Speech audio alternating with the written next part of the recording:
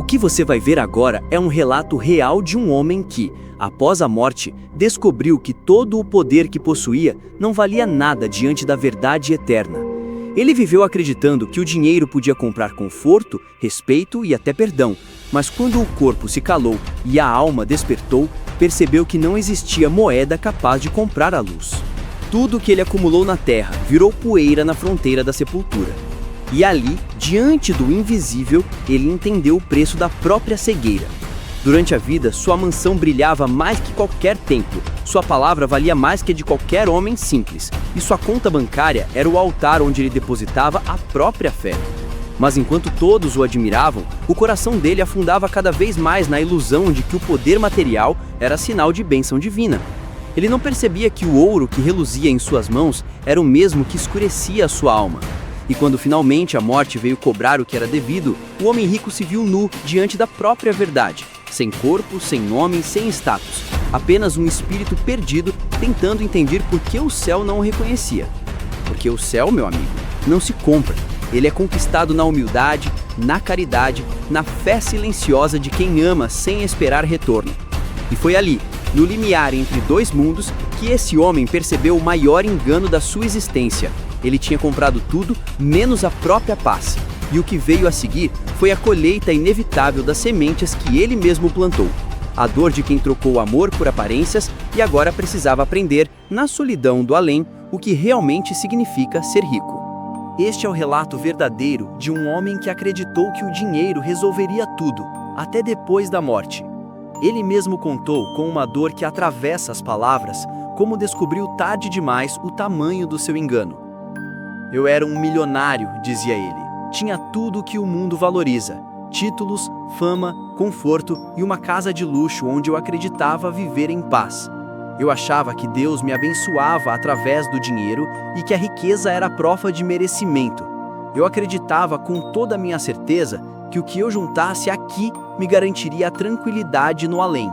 Mas quando fechei os olhos do corpo, percebi que não dava para comprar um pedaço sequer do céu. Fui um homem de negócios, acostumado a trocar valores, a multiplicar lucros, a transformar tudo em moeda. Mas nunca aprendi o verdadeiro valor das coisas invisíveis. Eu sabia converter dinheiro em poder, mas não sabia converter orgulho em humildade, nem egoísmo em amor. Acreditava que as riquezas da terra teriam o mesmo valor lá em cima, e foi aí que cometi o meu maior erro. Tentei atravessar a fronteira da vida eterna como um contrabandista, carregando comigo o que não podia passar. Quando percebi, tudo o que eu possuía havia se desfeito como fumaça. Fiquei sozinho, sem corpo, sem nome, sem nada, apenas com o peso da minha própria consciência. Ele dizia que foi nesse instante que entendeu o verdadeiro crime que havia cometido. Eu vivi só para mim, fui cego, vaidoso e duro de coração. Não soube transformar o que eu tinha em ajuda, nem o que eu sabia em bondade.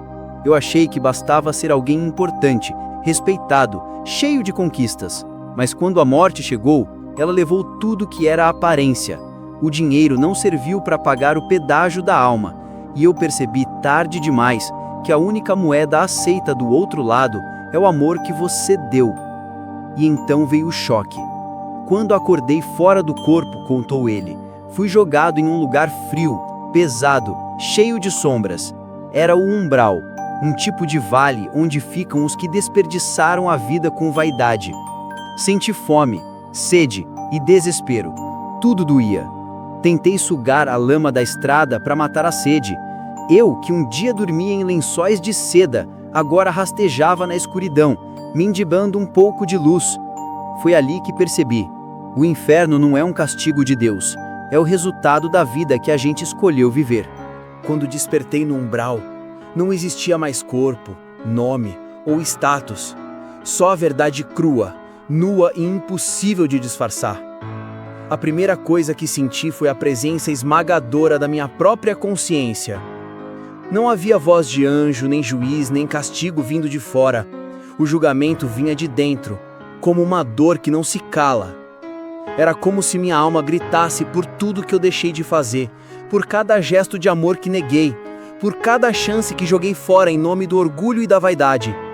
Eu sentia o peso do tempo perdido me sufocando, e em cada lembrança vi o retrato do homem que fui, arrogante, frio, cego de mim mesmo. A consciência é o espelho de Deus dentro da gente, e quando não se pode mais fugir dela, não há escuridão que esconda o que a alma se tornou.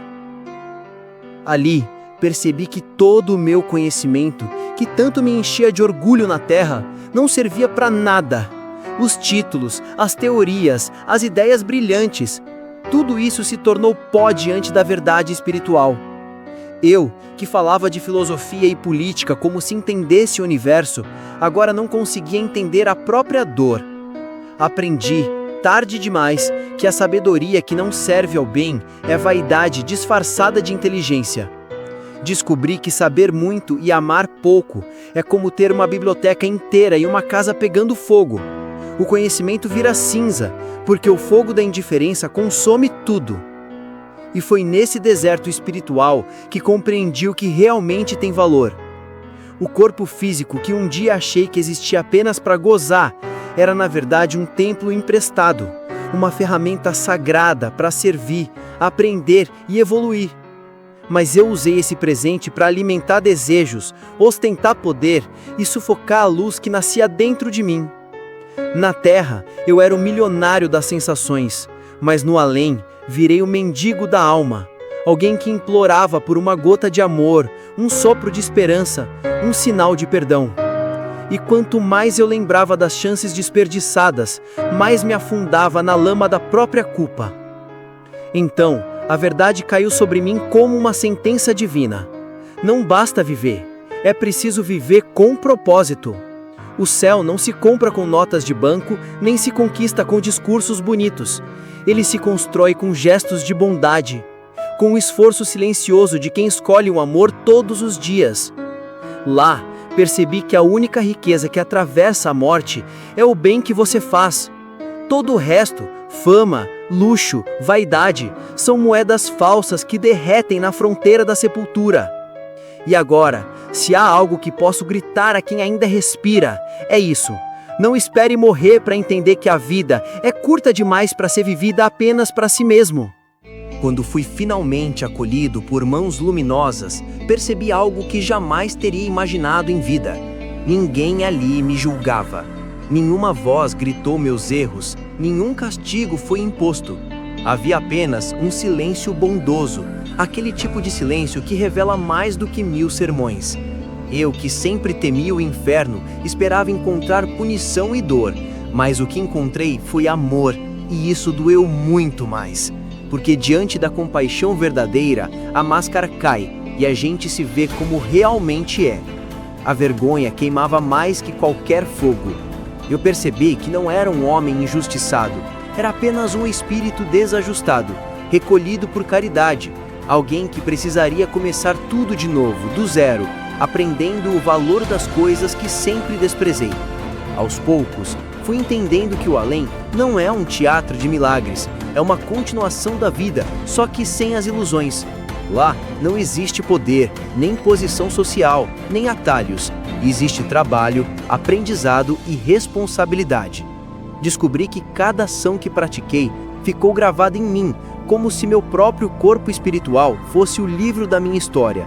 Tudo que plantei em orgulho, voltei a colher em dor. Tudo que neguei em amor, me fez falta como ar.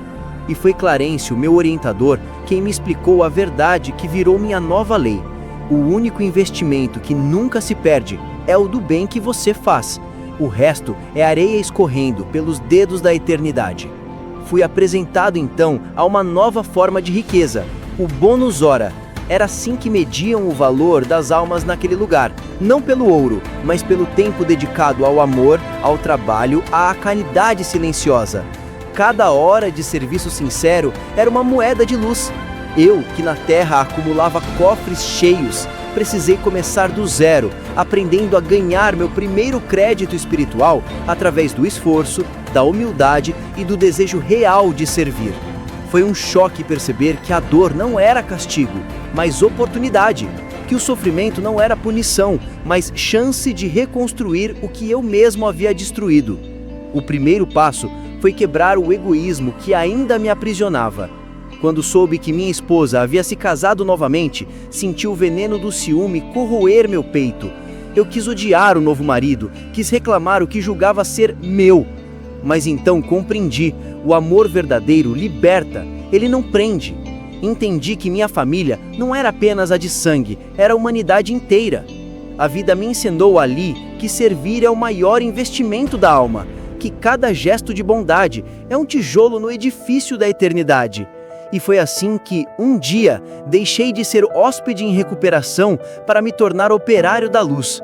Alguém que aprendeu que o céu não se conquista com preces, mas com trabalho, gratidão e amor.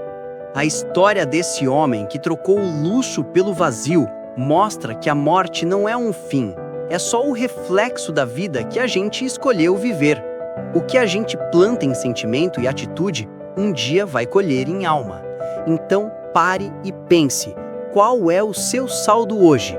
Você anda investindo energia só nas coisas do corpo, vaidade, raiva, prazeres rápidos, ou tem aplicado o que sente e pensa em algo maior?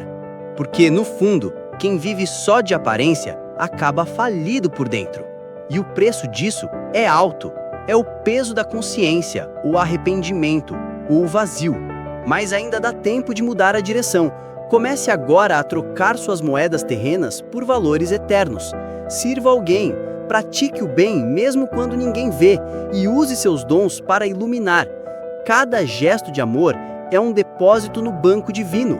Trabalhe por dentro hoje, para não acordar depois pobre de si mesmo. Sua verdadeira riqueza é o que você constrói no coração.